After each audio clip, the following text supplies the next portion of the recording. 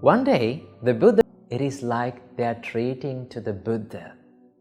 Dear ladies and gentlemen, we are not going to last forever on this earth, and that is why we need to help each other.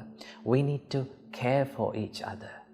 Just remember, this whole world is filled with rude, negative and selfish people, and that is why this world needs, this society needs kind, generous and soft-hearted people like you. May all the beings be well and happy. Namo Buddhaya. First of all, remember the nature of our life. What is the nature of our life? Life is a little bit unfair. That is the real nature. But the problem is, we expect that everything in our life to be perfect and to be fair. That is the problem. That is where the real problem is. Because Buddha said, if you have expectations, if you have more and more expectations inside yourself, chances are very high for you to feel so stressed. So remember that expectations stands for suffering. If you expect the life to be fair, you will suffer, right? So the nature of our life is, it is a little bit unfair. So how to face such situations, how to face unfair situations in our life? Well, I want you to do 3 things when you face tough situations in your life, right?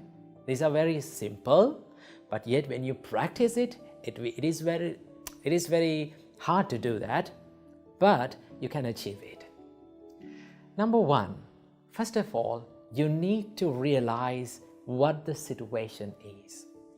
That is the first thing that you have to do. If you're going through a hard time, right, you need to analyze about that and see what the problem is. Well, there are 2 types of situations in our life. What is that?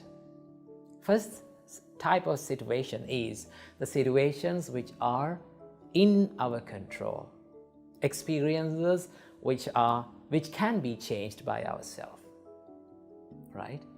And the second type of situation is the situations which are out of our control. We cannot do many things about that situation, right? So these are the 2 types of situations that we go through in our life. So first of all, you need to analyze and you need to see what the problem is, whether it is in my control or out of my control, right? When you realize about the situation, then you can do something about that situation. Okay, that is the first thing you have to do. Analyze the situation. Number 2, if it is a situation that is in your control, just do something to change that situation. So what are the things that are in our control? What are the situations and experiences that we face in our life and which are in our control? Well, if you face a bad time, if you face a stressful situation because of your own faults, because of a mistake that is within yourself, then you can change it. Because we own our mistakes. We are the owners of our mistakes, and the mistakes can only be changed by ourselves. No one can change that. Someone can advise you, someone can show you the path, but no one can make it correct than you.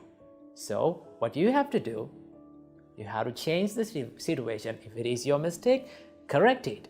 If it is your fault, then do something about it to change that situation. So these are the things that are in our control. Remember. Here's the third one. When we face the situations that are out of our control, how to face that situation?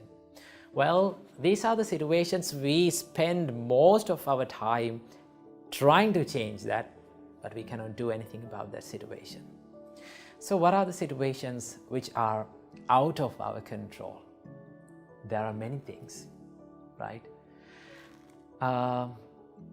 criticism is out of your control.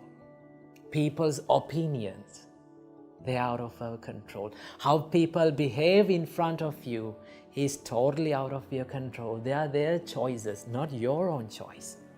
But we try to change these situations and we become so sad and depressed trying to change, and we find that we cannot change this situation. So if you cannot change the situation, what you have to do, you have to change your perspective about the situation, right?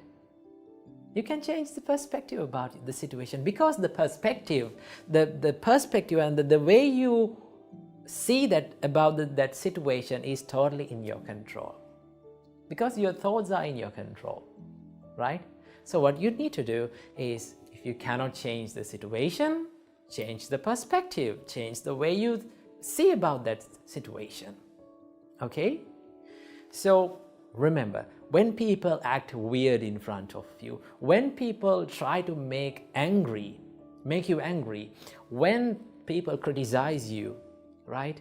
When people give unwanted opinions about you, just think, these things are out of my control. I should not waste my time of my life to change these situations.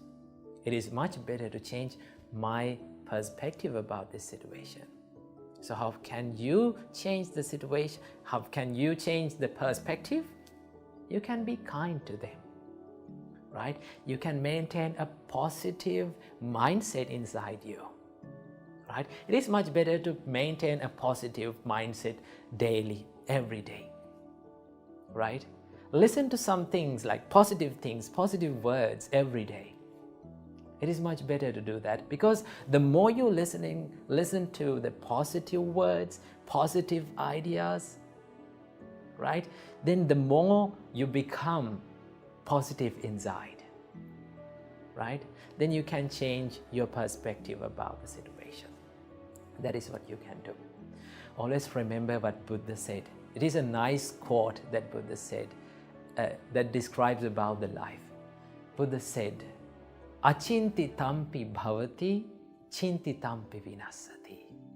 That is one of the greatest and one of the nicest quotes that Buddha have told about the life. In life, Buddha said, "Achinti tampi bhavati." Most of the times, unexpected things happens. Isn't that true? We don't know what will happen in the next time, right? It is a mystery. So in life, always unexpected things happen. And the things that we expected will going to be destroyed, right? If we expect something, we don't get the same thing. That is the thing. So remember that quote that was said by the Buddha. Achinti tampi bhavati, chinti tampi vinasati, right? And there's another quote that was said by the Buddha. Sadharanang vihanyanti. If you expect the life to be fair, chances are more that for you to suffer in your life. So live with less expectations, right? If you are going through a tough situation, just analyze the situation, realize about the situation, and if you can change the situation, do something about it.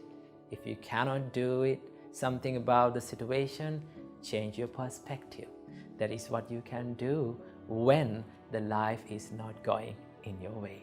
So make your life a peaceful one with the teachings. Namo Buddhaya. First of all, I must say the phrase Namo Buddhaya consists of two words, Namo and Buddhaya. So Namo means, let's take the first word. What is the meaning of Namo? Namo means may my homage to, or may my worship to. And the meaning of Buddhaya means to the Buddha. So in all together we say may my homage to the Supreme Buddha. May my worship to the Supreme Buddha. So that gives the meaning of the word Namo Buddhaya. So why do we say this word oftenly?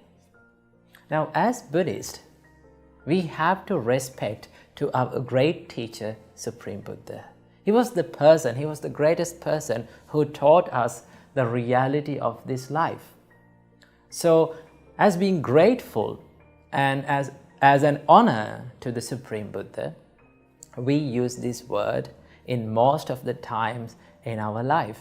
When we are starting something good and at the end of something good, we say this, we remember this, right? So that is why we say the word Namo Buddhaya oftenly, right? So when we say the word Namo Buddhaya and when we mean it, it is not only we are respecting to the Buddha, we are respecting to his enlightenment, his realization, his teachings, right?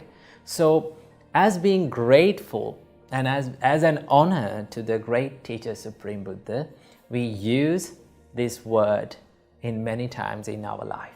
So if you are a Buddhist, you have to know the meaning of this word, Namo Buddhaya, and also you have to use it oftenly, right?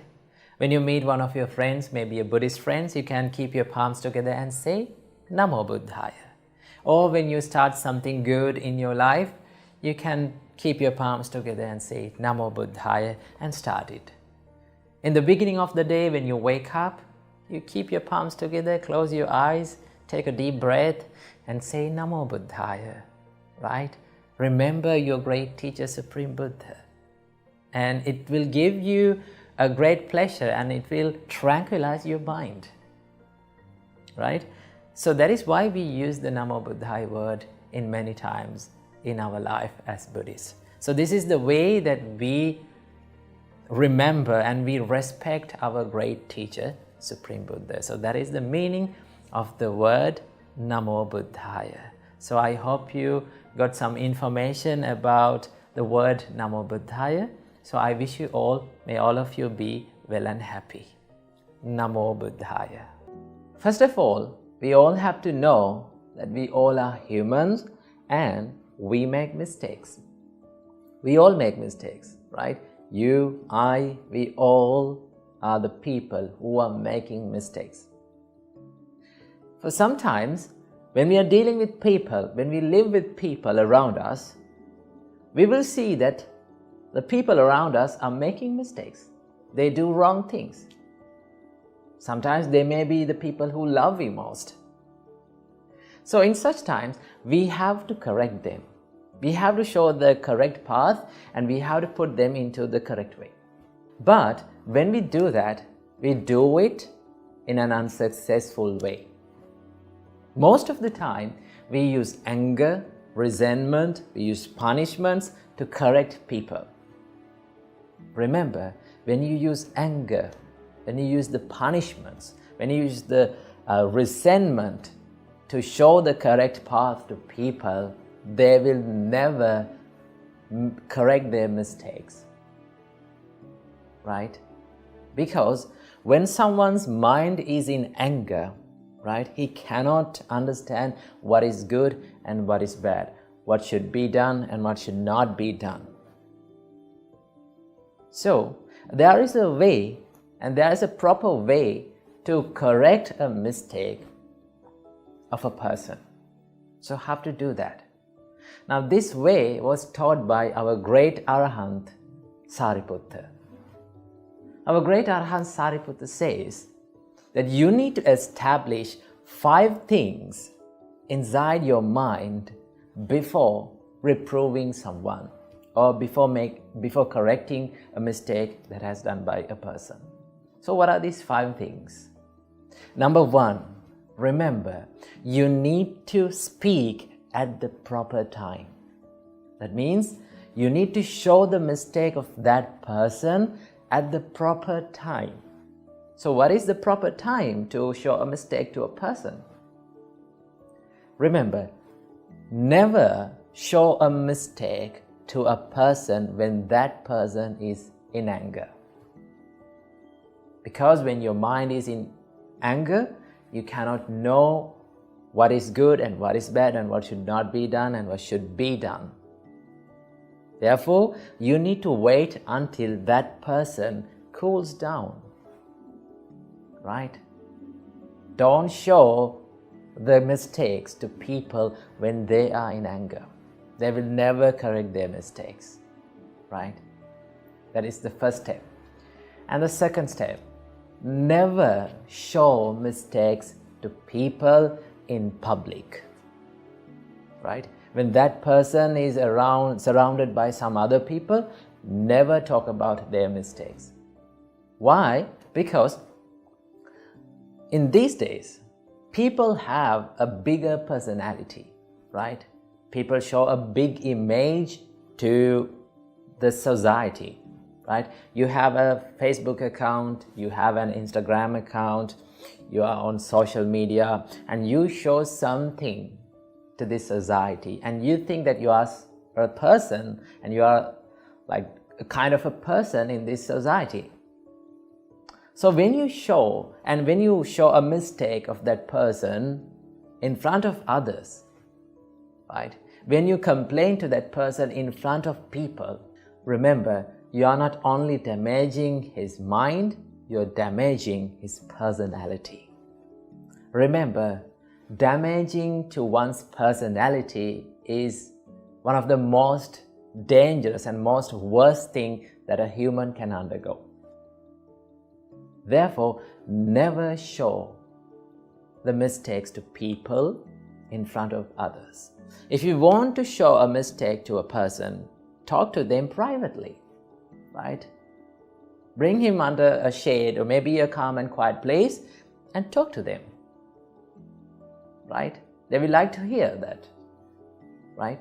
So never show the mistakes to people in front of others.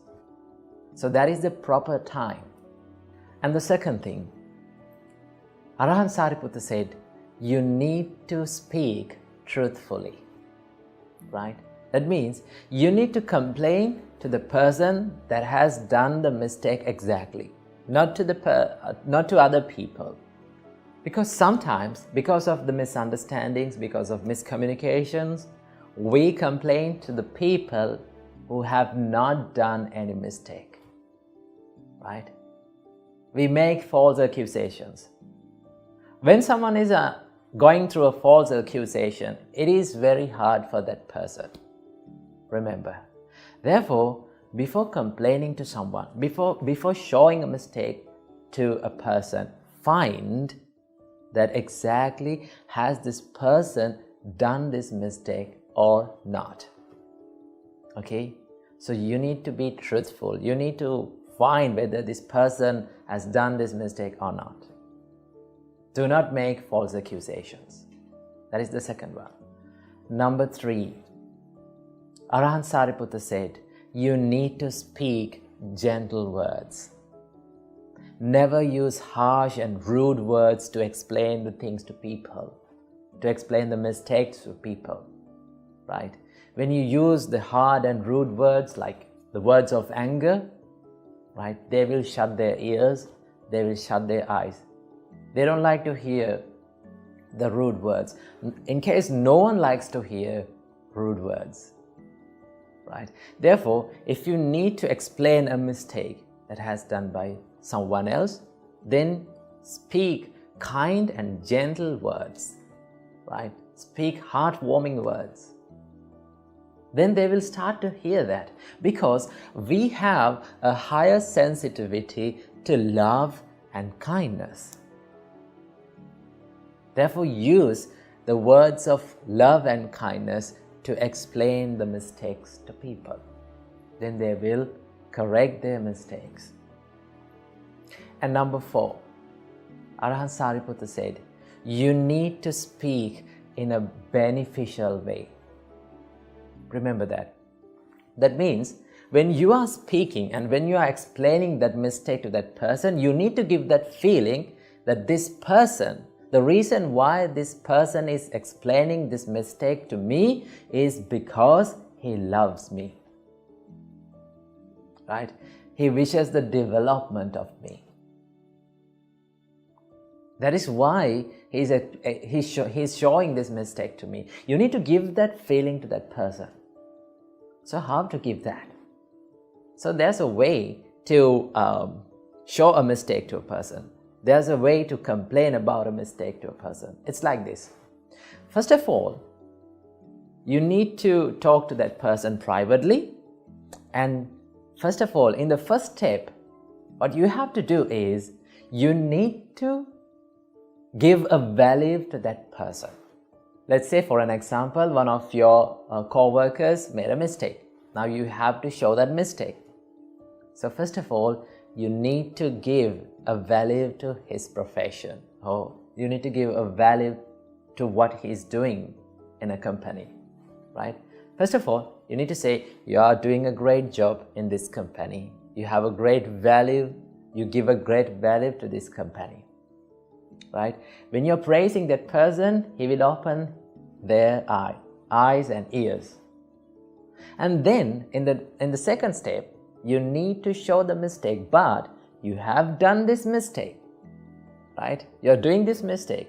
Because of doing this mistake, because you are doing this mistake, there is a huge disadvantage for the company as well as for you.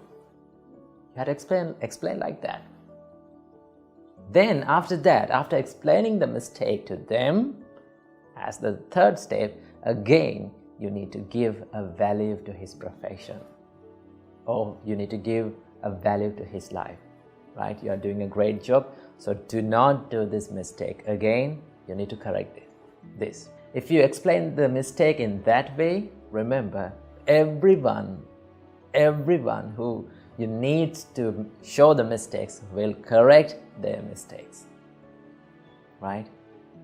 And in the final thing, right?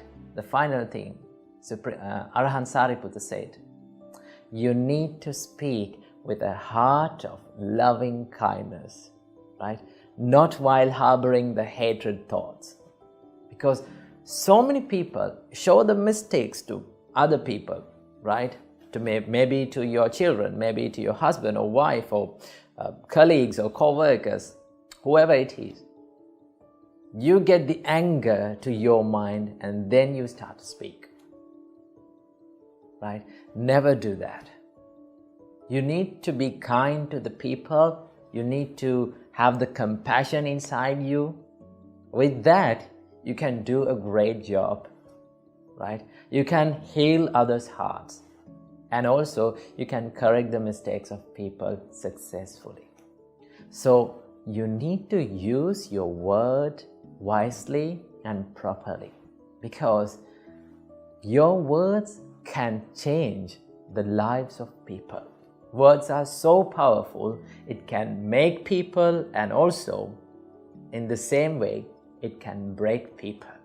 Therefore, when you show the mistakes to people, you need to speak kindly, gently, and in the proper time with a mind of love and kindness. So try this out and see the difference of your life. Namo Buddhaya. Namo Buddhaya. If there is one simple word that we all struggle to say, and that is no. N-O, no. Two simple letters, one simple word, but saying no can be the most hardest thing in life to do. Why we struggle to say no? The reason why we struggle to say no is because we have gotten used to say yes to many unimportant things in life. Okay? When we say yes to unimportant things in life, what happens to us? We miss the chance and we miss the time to say yes to the important things in life and to the things that really matters to us. Okay? And that is why we need to learn how to say no to unimportant things and how to say yes and how to be more focused on saying yes to the important things in life. Okay? So the reason why I'm doing this video is because a couple of days ago I came across this word. When I was chanting, I came across this word in Karanimmetta Sutta. The Buddha says, appakicho, do less. If you practice the Buddha's teachings, if you practice the spiritual path, or in any area of your life, you have to do less. Do not do more. Now, the society says the quite opposite thing to us. The society says that do more. The more you do, the more you achieve. Do many things as much as you can, then you will achieve. But turns out doing more will not help us to be more productive. Okay? To be more productive in what we are doing. To be more productive what really matters to in life.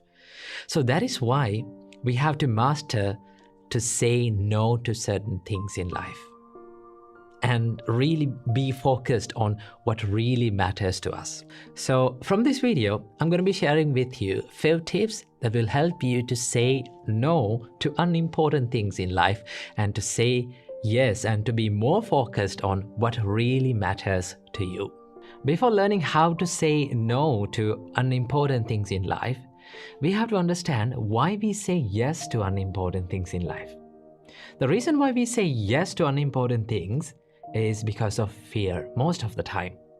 Sometimes it is because of the fear of missing out. Sometimes it is the fear of letting someone down. Sometimes it is the fear of the only one to say no. Okay? Sometimes it is the fear of making the wrong decision. So that is why we say yes to unimportant things in life. And sometimes we say yes not only to the people, but also for the things in life. Okay? For an example, let's say you're studying. While you're studying, you have the mobile phone beside you. Okay? All of a sudden, you see a notification pops up on your phone. Now, you know that you're studying and you know that you have to be really focused on that. Okay? But you pick up the phone and you check what it is. Sometimes it is not necessary for you, but you check it and you say yes to that distraction. Let's say sometimes you plan to learn or to meditate in an evening. All of a sudden, you get a call from your friend and say that they ask for you to come with them to go shopping, maybe go to a party or to go to a walk. Because of fear of putting that person down or letting that someone down or to say no, we say yes to them. Okay? So when you say yes to them, sometimes we miss the chance and we miss that valuable time to be focused, to be more focused on what really matters to us.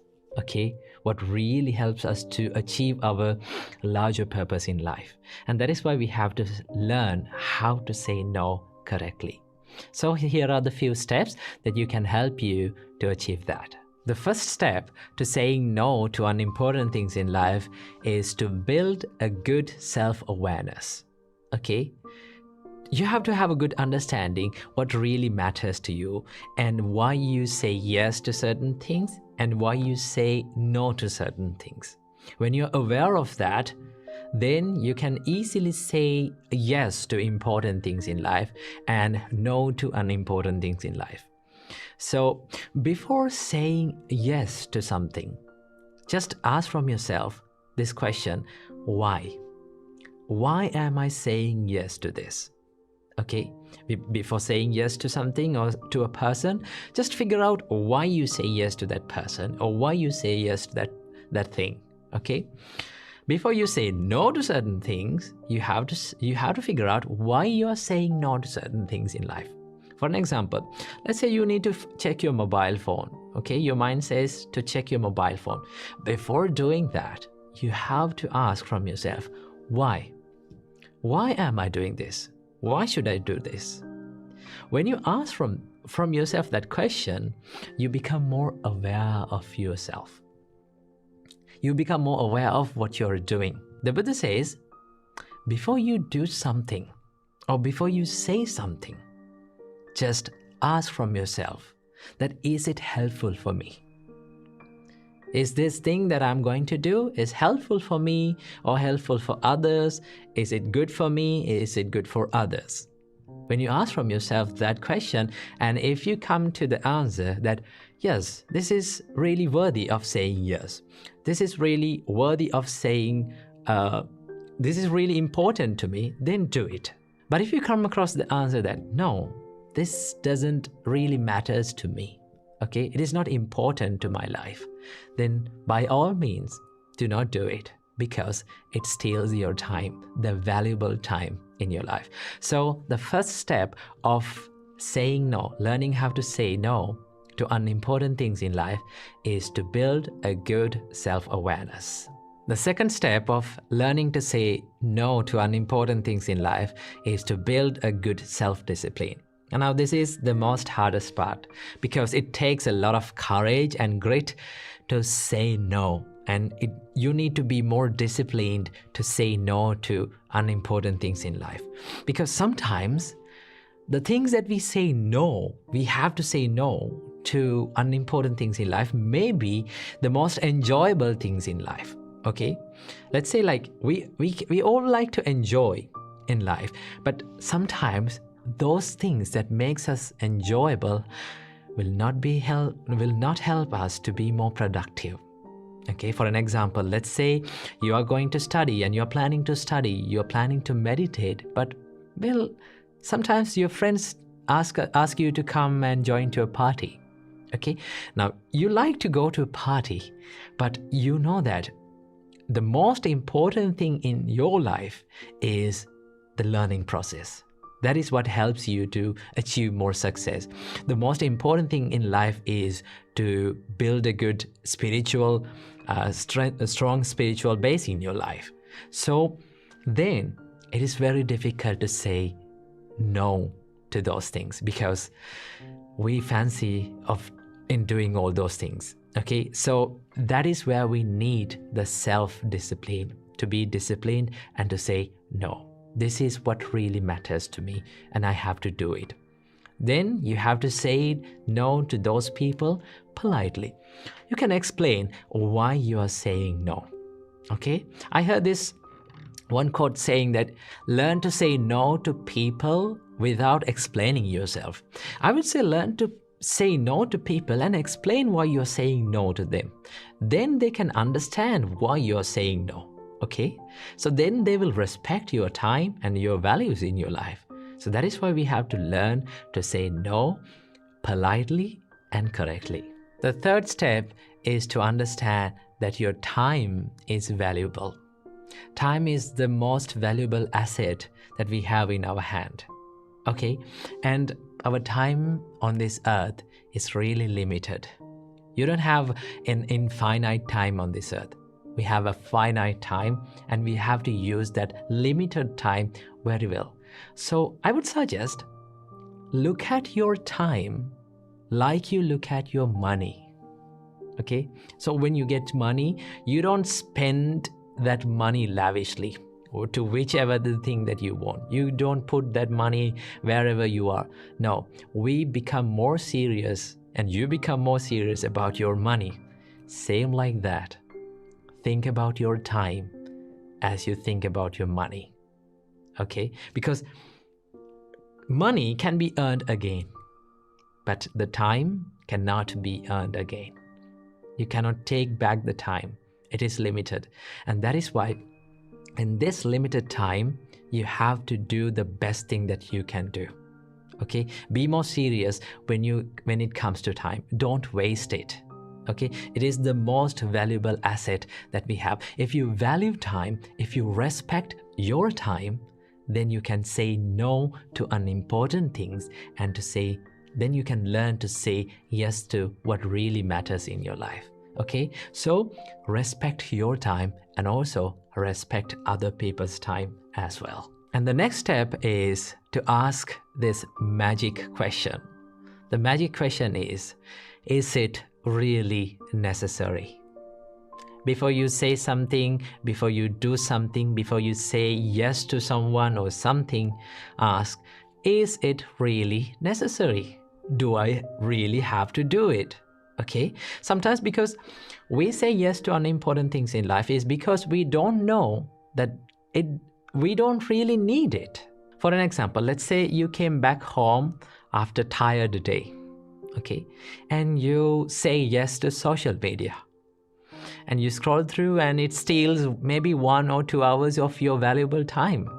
In that time, there is someone that is valuable that you can do. Maybe to talk with your kids, maybe talk with your parents, maybe talk with your children. Then you can be more engaging with them and do something valuable with them. Instead of hanging out in social media and wasting that valuable time, just we can do something valuable.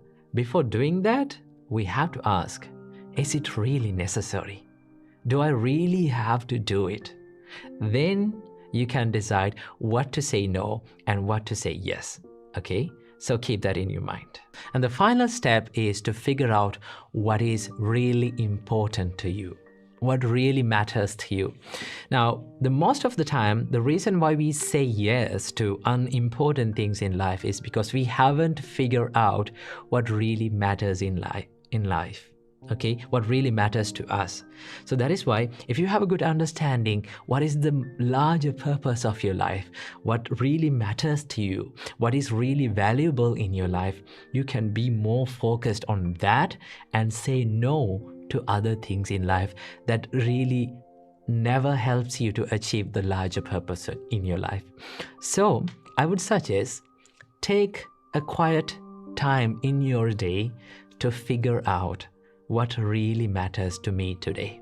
What should I do, and what is the most important thing that I should do today to achieve the larger purpose of my life? In that way, you will have a good understanding what really matters in your life and the things that don't really matters in your life, and be more focused in doing those things. Sometimes it is more enjoyable doing unimportant things in life, but although it is enjoyable, although it is hard to say no to all those distractions, we have to say no to them, because those are the things that prevents us engaging and achieving the larger purpose in our life. So finally, these are the tips that you can practice to say no to unimportant things and to say no to distractions in your life and to be more focused on what really matters. So finally, saying no can be really hard. I know it is really hard, but in order to achieve a happy life and a calmer life and a more disciplined life, we have to say no, and we have to learn to say no to unimportant things in life. So practice these little tips and then you'll be happy in your life. Namo Buddhaya. One of our viewers have asked from us that how can I handle my sorrow of losing a loved one? And how can I handle the heartbreak, the sorrow of heartbreak? Well, first of all, I must say, a heartbreak or losing a loved one is one of the most hardest experiences that a human can undergo, right? Because we have that mental bond and mental attachment within people. When that mental attachment is broken, we start to suffer, we start to cry, and we start to wail. So there are some ways that you can get over this sorrow. So this whole video is dedicated for all the people out there who are going through heartbreaks and who are experiencing tough times in their life. So this video will, I think this video will help you to have some light on your way. So there are some ways and things that we can do to heal ourselves. But remember, this healing process takes time. It's like a wound, right? Wound is not healed in a day or 2 days or 3 days. It takes time, right? So we have to be in a constant process of healing that wound. So same goes with a heartbreak. So what we can do to heal our heart from a heartbreak? Number one, if you need to cry, it's okay to cry. Remember that, right? There are some people who are going through heartbreaks and they don't like to cry. They pretend to be there okay. right? They pretend to the world that they are okay and they have got over the problem. They smile, but not inside. Remember, if you need to cry, it's okay to cry, right? Go to a private place or go to your room and cry. It's okay, because crying is one of the most natural way of removing the pressure that is building up inside your mind and inside your heart. So it's okay to cry, especially for men, because men always try to hide their tears and they pretend to be there okay. But remember, men are also allowed to cry. Okay? So if you need to cry and if you need to remove and release that pressure that is building inside, then it's not a problem of shedding a tear. Number 2, you can find a person who you can share your pain and who you can share the sorrow and the pressure that is building inside you, right? Well, you need to be wise when you choose this person. Why? Because there are some people out there who give hate comments and hateful comments to the person who cheated you, right? When they give those hate comments and when they try to build up the hate within you, right, it is not good for you. It's not good for your mental health and it's not good for your physical health either. So what you have to do, choose the person wisely and share your pain with him. Find a person who can share that sorrow, right? That person can be your mother, your father, maybe one of your friends, maybe one of your teachers or mentors, whoever it is. Find a person who keep listening to you without saying anything, without giving many advice to you. Find a person who keeps listening to you, right? Find a person who you can share your pain that is building inside. That is the second step. And number 3, this is the most important thing that you need to practice. And this is one of the things that many people who are in relationships doesn't like to think about. And what is that? Our great teacher, Supreme Buddha, said, Sabbehi me piyehi manapehi nana bhavo vina bhavoti abhinnang pacchavekitabba. What does that mean? Supreme Buddha said, always reflect and recollect in your mind that one day I have to be parted and separated from all the dear and agreeable people in my life.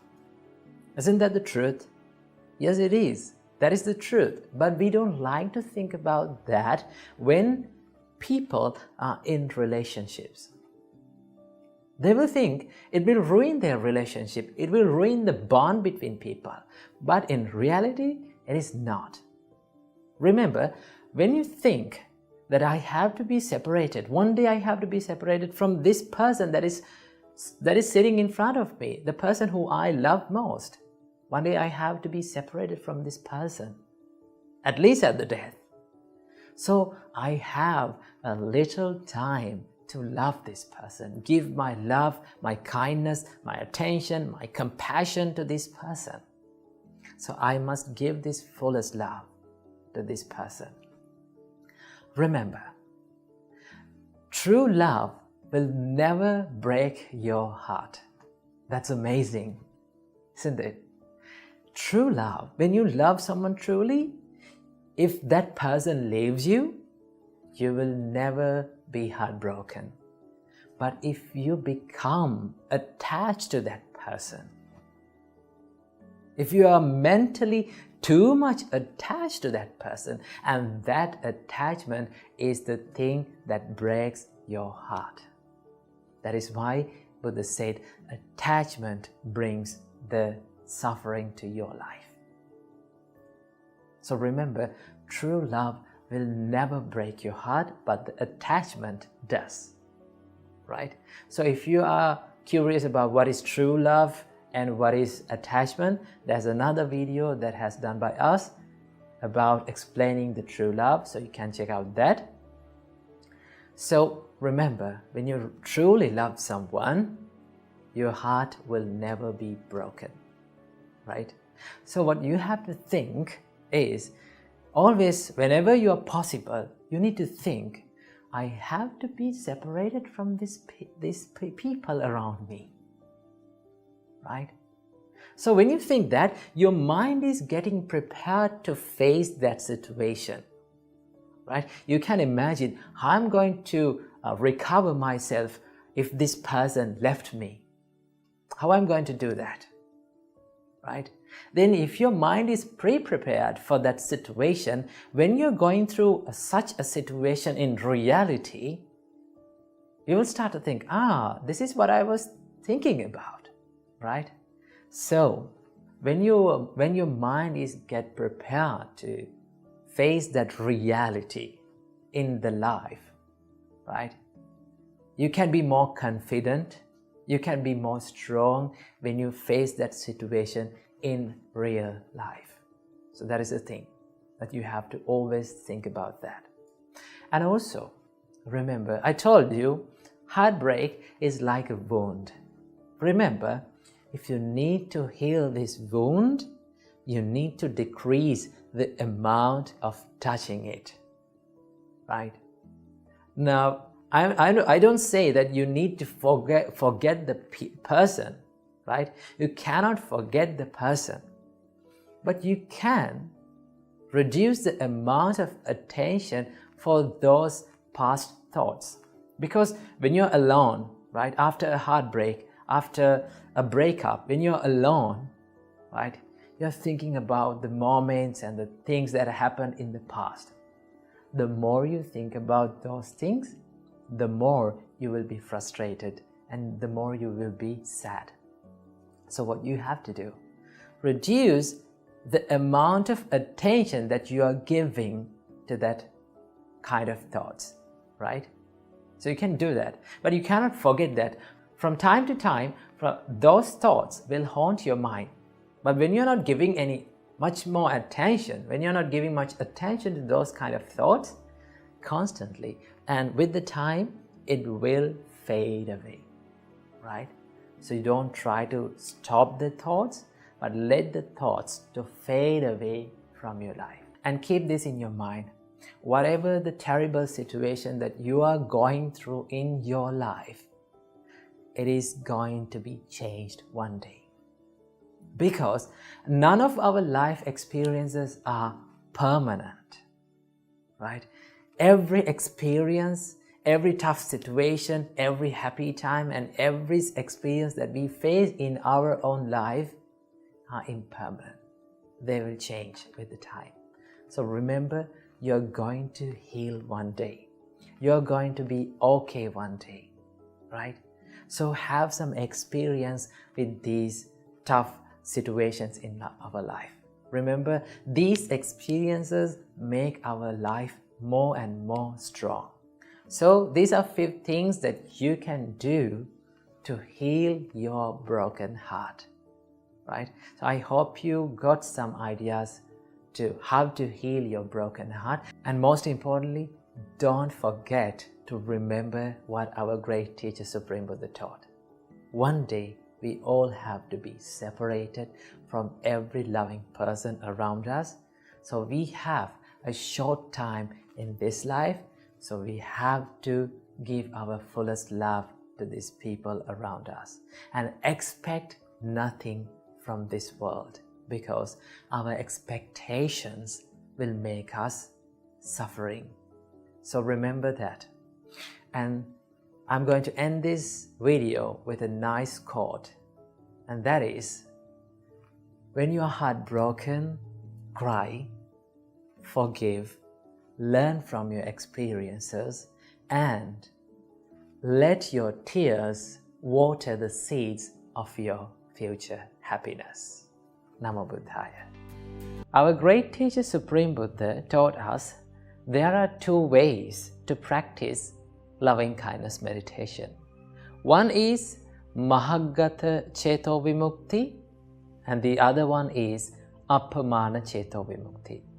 Mahagata Cheto Vimukti means the expansive liberation of the mind, and Appamana Cheto Vimukti means limitless liberation of the mind. So we are going to talk about these things. So first of all, let's talk about Mahagata Cheto Vimukti, how to practice this method of loving kindness meditation. Well, there's a certain way to practice this. First of all, when we look at the word Mahagata, it means the expansiveness. That means we are expanding our love and kindness from one step to the other, step by step, right? So that is one way. Mahagata Cheto Vimukti. There's another word. What do you mean by Cheto Vimukti? Cheto means the mind. Vimukti means liberation. So the liberation of the mind in an expansive way. So what do we liberate our mind from? We liberate our mind from anger, hatred, and jealousy, and all the other evil thoughts that is arising inside our mind. So when we do the loving kindness meditation, we practice more love and kindness and compassion.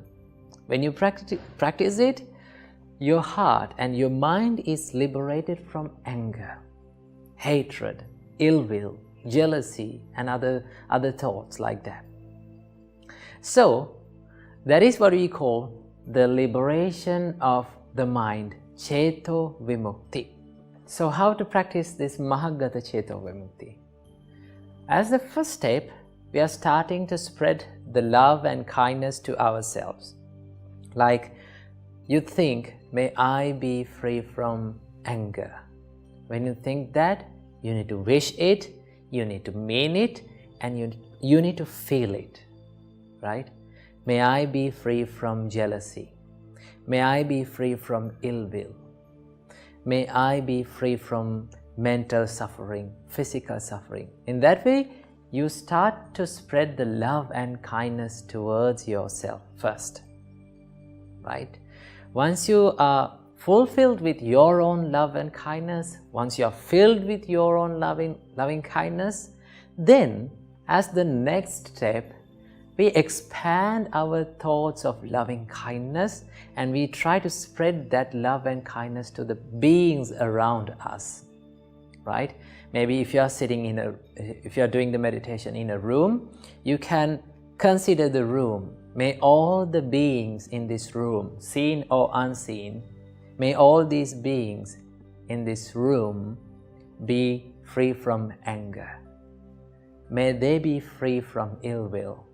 May they be free from jealousy. Like that, you need to expand your thoughts of loving kindness to the room. Then you can take your home.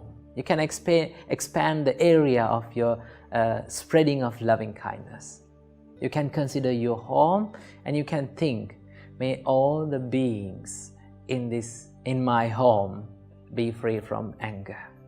You need to spread that love and kindness to the home. Then you can consider your village or city or town that you are living. And take that town, consider from your mind, and then you need to spread your loving kindness towards them equally, right? Now, in every time, remember when you say that may they be free from anger, you need to mean it and you need to feel it. That is what we need in meditation. If it was just a phrase, now you don't feel it, if you did not feel it, it's not successful, right?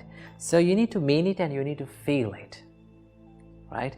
If you can do that, you're enjoying the meditation and you feel that peacefulness within you.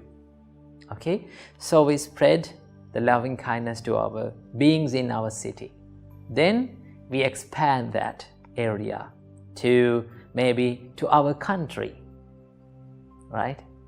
Then we expand that loving kindness to our world, right? This whole earth. And then we can expand our thoughts of loving kindness from our earth to this solar system and to the universe. It is sort of like a ripple, right? It is starting from very little point, that means from yourself, and little by little, from step by step, we are expanding the area of our spreading of loving kindness, right? So from yourself to your room, right? From your room to your home, from your home to your village or city, from your city to your country, from your country to this whole earth, and from your planet to this whole universe. That is the way of spreading loving kindness in Mahagata method, or the expansive liberation of the mind. Then we come to the second step and second way of spreading love and kindness. What is that? Appamana Cheto Vimukti, limitless liberation of the mind. So how to do that? In this way, in this method of meditation, we consider, like we considered about the room and the land area in the Mahagata method, we are considering about the directions of this world. Now, if you are sitting here, then you can imagine the direction, right? You can imagine and you can consider the beings who are living in the northern direction, right? When you consider the northern direction, it is limitless, right? You can consider and you can spread to your love and kindness unlimitedly, without any stopping point, without any point, right? Without any ending point to this world. When you consider the northern direction, right? Then you have to think that may all the beings in the northern direction be well and happy. May they live long. May they live in peace. You have to spread that love and kindness to that direction. Then you can go to the northeast direction. You can consider that direction and consider all the beings and each and every living being, right? Small, big, right? Seen or unseen, each and every living being. Let your love and kindness to spread and reach into those living beings, right? So you spread considering about the direction northeast and then east. Then you go to southeast, then southwest, and then northwest. Like that, you consider all the 8 directions, right? North direction, northeast direction, east direction, and then southeast direction, southwest direction, and northwest direction. Consider one direction out at one time and spread your love and kindness by thinking, may all the beings in this direction be free from anger. May they be free from ill will. May they be free from jealousy. Like that, you have to think again and again, right? Then, these are the 8 directions. There are 2 other directions left. What are those 2 directions? The upper direction and the lower direction, right? The beings who are living in upper direction, you can spread your love and kindness to the beings who are living in the upper direction. And then lower direction, from your sitting place to lower, to beneath your sitting place, right? So these are the 10 directions that you can spread the love and kindness. So when you spread your love and kindness in Appamana Cheto Vimukti, or limitless liberation of the mind, it is sort of like a globe that you are spreading love and kindness. So these are the 2 ways that you can practice the loving kindness meditation, right? But remember, these are not so much complicated things, right? Take them as so peaceful and easy things, right? You don't want to make it complicated and so stressful. Just think about them and just spread your loving kindness according to these 2 methods. When you do that, your meditation will be a perfect loving kindness meditation. So practice loving kindness meditation as much as possible and every day, and enjoy an anger and hatred free life. Namo Buddhaya. There are 4 types of Brahma Vihara meditations that we can practice in our life. They are metta or metta meditation, karuna meditation or the compassionate meditation, mudita meditation, the appreciative joyfulness meditation, and upekkha meditation, meditation on the equanimity. So today we are going to discuss about the karuna meditation, the meditation on cultivating the compassionate thoughts. First of all, let's talk about what is compassion. Our great teacher, Supreme Buddha, described what is compassion. Buddha said, "Paradukkhe hadayang kampeti iti karuna." If you feel the suffering, if you feel that empathy on others' sufferings, then that means you have the thoughts of karuna, the thoughts of compassion. So, the ability of feeling one's suffering is called the karuna. If you have these thoughts of karuna, you can understand about the situations of people. Normally, when we are living in this society, we tend to judge people. We just see people's outer appearance, how they talk, how they behave, and we tend to judge them. Sometimes we come into wrong conclusions about people. But if you have karuna, you will get the power of understanding about them. And also, you can feel the pain of others' suffering. Then, you will never tend to hurt others because you know how it feels like to be hurt. So we need to practice this compassion in our life for all the people. First of all, we need to spread the compassion towards ourselves. That is where we're starting from. All the meditations, all the Brahma Vihara meditations are starting from ourselves. We start to spread love and loving kindness, or the metta meditation. When we are doing the metta meditation, we start to spread the love and kindness to ourselves first, then to the others. Same goes with the karuna meditation. When we start to spread the karuna or the compassion, we start from ourselves. So what do we need to think in this meditation? There are certain phrases of compassionate words that you can think in this meditation. Right? First of all, we start from ourselves. We say, "May I be free from physical suffering." Right? You spread that compassion to yourself. Then you say, "May I be free from mental suffering."